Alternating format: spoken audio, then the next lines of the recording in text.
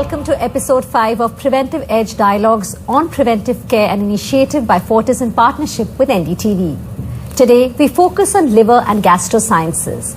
Now, with fatty liver disease becoming increasingly common, we'll explore its causes, management and progression to cirrhosis and transplantation. Our experts here will also discuss gallbladder stone disease, the role of endoscopy in digestive cancers, and everyday issues like acidity, bloating and indigestion. Joining me today here we have Dr. Vivek Vij, Chairman, Liver Transplant and HPV Surgery, Fortis Hospitals. Also joining me today is Dr. Brigadier Pankaj Puri, Director of Gastroenterology and Hepatology at Fortis Okhla.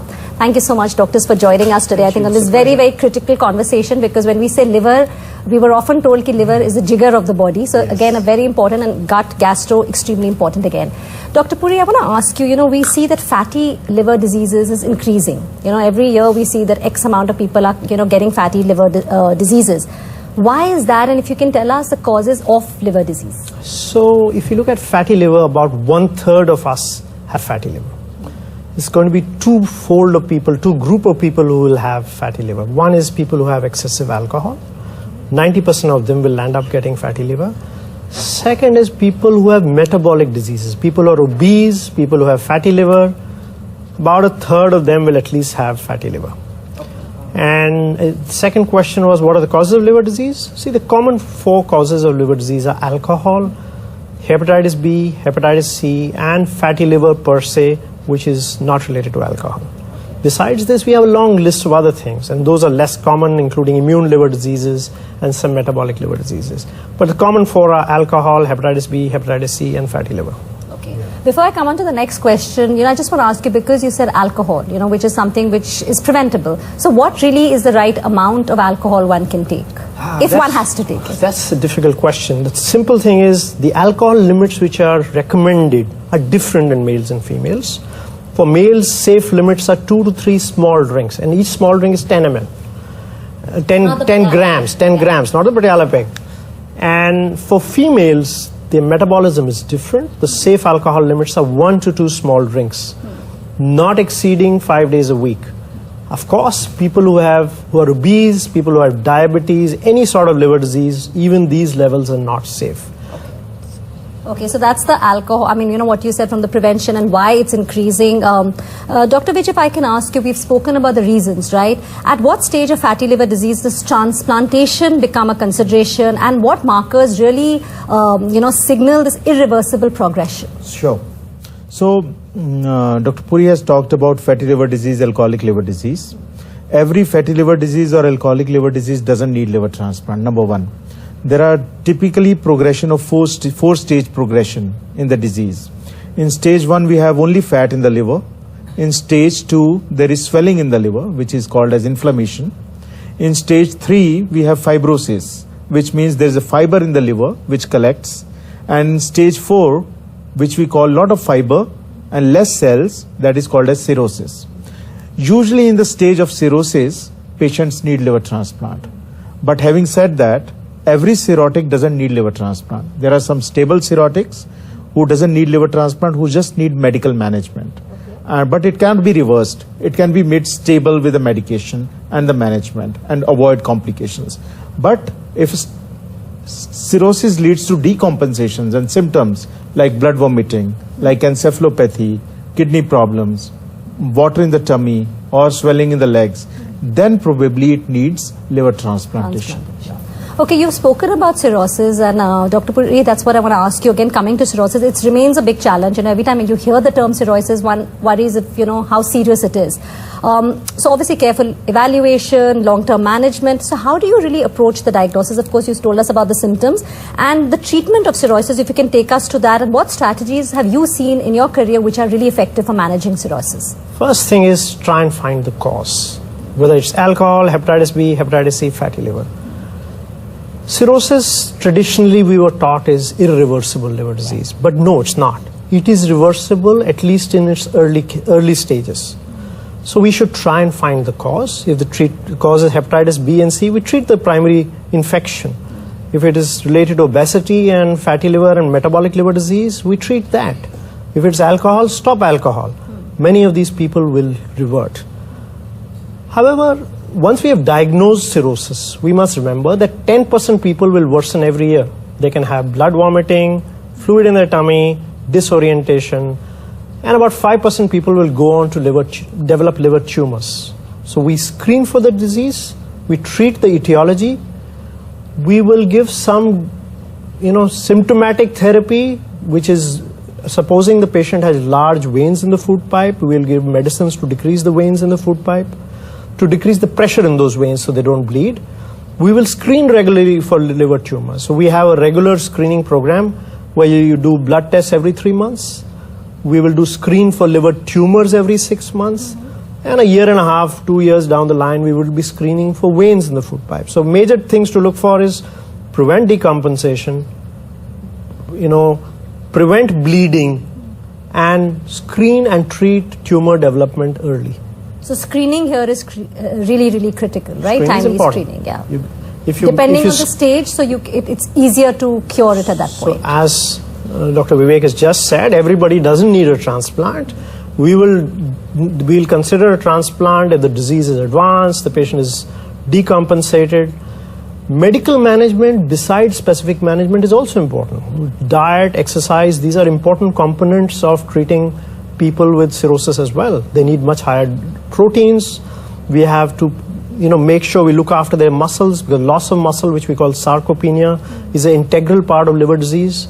And so we have to look at their diet, prevent them from, avoid fasting, increase the proteins, and do regular exercise. All these there's a lot which goes into medical management besides drugs. And every patient has a different way of treatment, obviously. It goes, So, thank you for that. Dr. Vij, of course, we've spoken about cirrhosis, and we are talking about how important screening is, and also the preventive, way, whether it's your lifestyle, eating healthy, again, giving up alcohol if needed. If we're talking about fatty liver, again, coming back to that, if it's diagnosed early, what are the most critical interventions you suggest that can really help prevent reaching the transplant stage? That's a very important question. Before answering that question, I would like you to know that 1/3 of India's population, or maybe 1/4 or 1/3 to half population, is suffering from fatty liver disease. And in next 15 to 20 years, this fatty liver disease in 10% of this population will become cirrhosis and its complication, which is a huge number, huge burden on India's medical system as well as doctors. Now, having said that, the best way to prevent this pandemic or epidemic is to reverse this fatty liver disease. To reverse this fatty liver disease, I always suggest 4-pronged attack. One is diet, which is the central, weight management, exercise, and your stress management.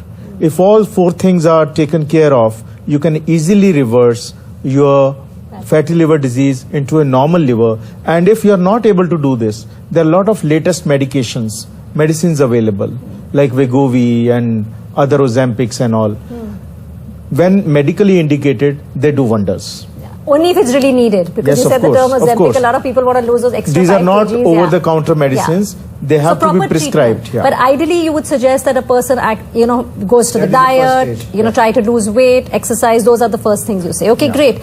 Again, I want to ask you, Dr. Puri, is something very common we talk about, and people very casually say, oh, acidity ho gayi hai. Especially if I talk about urban India. I mean, when rural also says the numbers are changing, whether it's acidity, whether it's gas, whether it's bloating, indigestion. Again, we see a lot more happening. What can really be done about this? First, we have to analyze these symptoms. Is the acidity only related to tummy symptoms, where they will just have burning in the upper abdomen? Are they having dominantly reflux symptoms? Or is this bloating just a part of irritable bowel?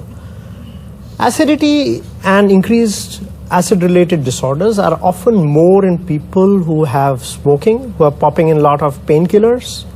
It can also be associated with a bug or organism which we call Helicobacter pylori. So, if the patient is coming with symptoms, we have to see what is the cause of his acidity. Young people, a short trial of anti-acid medication is in order, but in elderly people or in people who are having persistent symptoms, an endoscopy should be considered.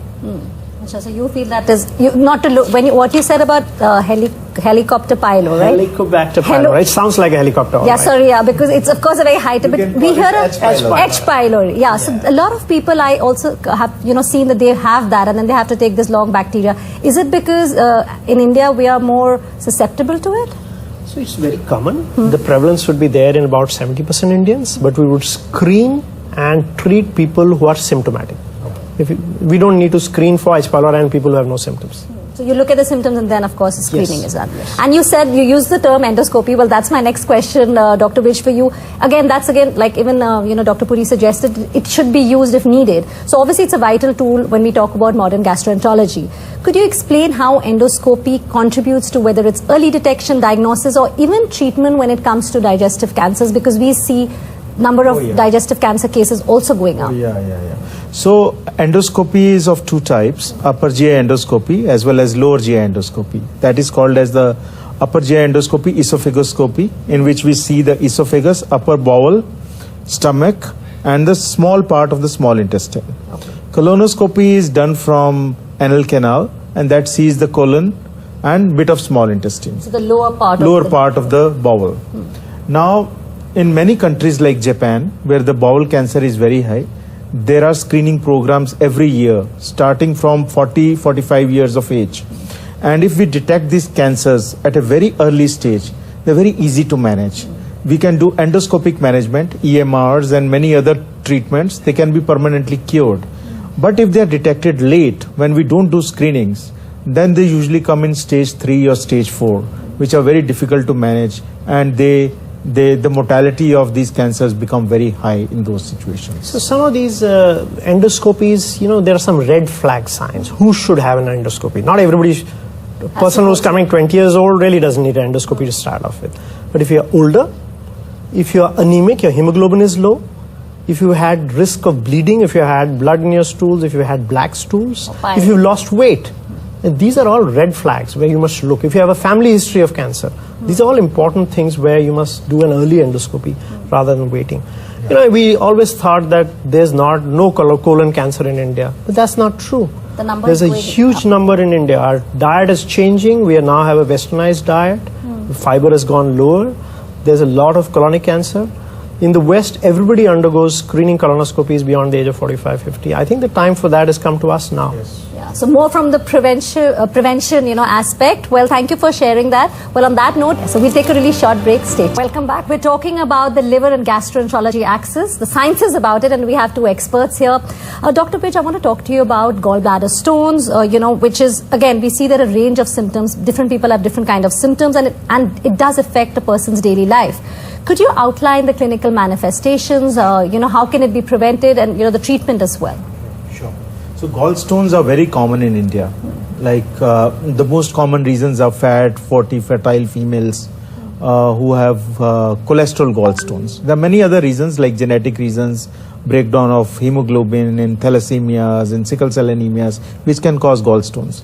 The most common manifestation of gallstones is, like you said, dyspepsia, acidity, bloating. If you are in your maybe 30s or 40s, if you have dyspepsia, bloating, first thing to do is liver function test and ultrasound. And if there is a gallstone, then you should manage it. The management of gallstones, although there is prevention of gallstones, is basically is managing your lifestyle, healthy eating and maintaining your weight. But if gallstones happen in a patient and it's symptomatic, that's important to remove it. I get many questions where people ask, can it be dissolved? Can only stone be taken out? That is not true. Gallbladder has to be taken out. At this point of time, gallbladder is dysfunctional. It is no more of any use in your body. It has to be taken out. If we persist with the same gallbladder and stone, studies have shown that later on it might become cancer also. So, I mean, if person is at a young age, one should definitely take out the gallbladder if there is a stone. And I think that's a very important point which you've clarified, that the gallbladder has to be taken out. Yeah, okay. We've spoken about, of course, we were talking, thank you so much for explaining about the gallbladder stone. Again, increasingly common. We've spoken about endoscopy, but I want to ask you this question about technology, and I will come to you for innovation as well. But specifically when we talk about technology or the use of AI, we've been talking about how it's being used in the health space. If you can tell us for the liver and the gut. So lots of things have changed in technology. So there are many liver diseases we never diagnosed earlier. Many of these are genetic liver diseases, and we can now go and evaluate what these causes are. Even in endoscopy, there's a lot of innovation. There's beyond the conventional upper GI endoscopy and colonoscopy, there's a whole host of new type of endoscopes which we have. We have endoscopes where we have ultrasound on the tip. We can look at, do an endoscopic ultrasound. We can have endoscopes to remove stones which have slipped down from the gallbladder into the bile duct. We have endoscopes, we can see the entire small intestine, which is more than 20 feet long. So we have, those are balloon endoscopes. So lots of things have changed. The technology has changed. The imaging has changed. We can pick up early cancers. Our screening modalities with high definition endoscopies have changed. Softwares are which now available, which will help in detection of polyps. If you just go through, you may miss the small little polyps. So those are polyp detection softwares are there. Radiological imaging to pick up, to be able to diagnose, algorithmic AI, lots of AI is the flavor of the season, and we have a lot of AI-based softwares which will pick up lesions in the liver, tumors in the liver early. So technology is changing. Quite a game changer here as well when it comes to the liver and gastro as well. Dr. Vij, you tell us about a little bit, of course, you've spoken about from the liver aspect. If I can ask you about the innovations you believe that will redefine liver transplantation in the next decade, and also just going back a little bit, what really is a liver transplant? When we hear that term, we just tend to panic, right? So tell us a little bit. So any kind of transplant, a solid organ transplant, whether liver transplant, kidney transplant, heart transplant, means that patient's organ is in end stage of damage. So we have to actually remove that organ and place a new organ in place of that organ. So there are two sources for that, whether living donor, liver transplant can be done from living donor sources or from the cadaver, brain death sources. So having said that, there are a lot of advancements happening in the liver transplant field as we go on. In next 10 years, we will see a lot of AI coming into the algorithms and defining which liver fits which patients the best. AI would also help us in making the chains. Many patients don't have donors, but we have chain donors or swab donors that will help us in that. A lot of advancements will come into robotic surgery, where robots will be used with the help of AI. We'll analyze everything and we can actually do a very precise surgery. There are a lot of genetic modifications happening. AI is also helping in that. And new livers like xenotransplantation. That is transplant from another species. Like humans will be able to get a big pig liver. That's a big one. Yeah, so these are, a lot of research is going into the artificial livers, 3D printing. So all these things are in line. They will take 10 to 20 years to come in. With that, probably the need of transplant of the living donors would go down. So that puts less pressure, and accessibility to a liver will be easier. Well, thank you for sharing the innovation and of course how tech can be used. Again, a big game changer. Lastly, I want to ask you about solutions. I'll come to you first, Dr. Puri.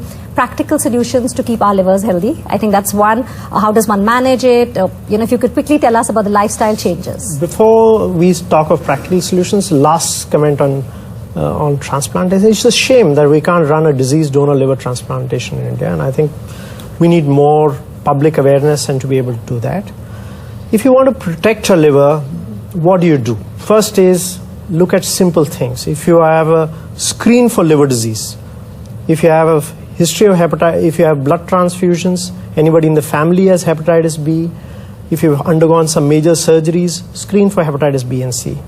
If you are obese, you are diabetic, screen for liver stiffness. Get liver stiffness done. There are some new machines which will look at transient elastography or something which we call a fibroscan. Look at your hardness of your liver. See whether there is liver disease. How do you prevent? First, it has to be a combination of diet, exercise, avoiding alcohol. These are the major crux of things to look for to protect your liver. If you're obese, you should be losing weight. Your target of weight loss should be between 2 to 4 kilos a month.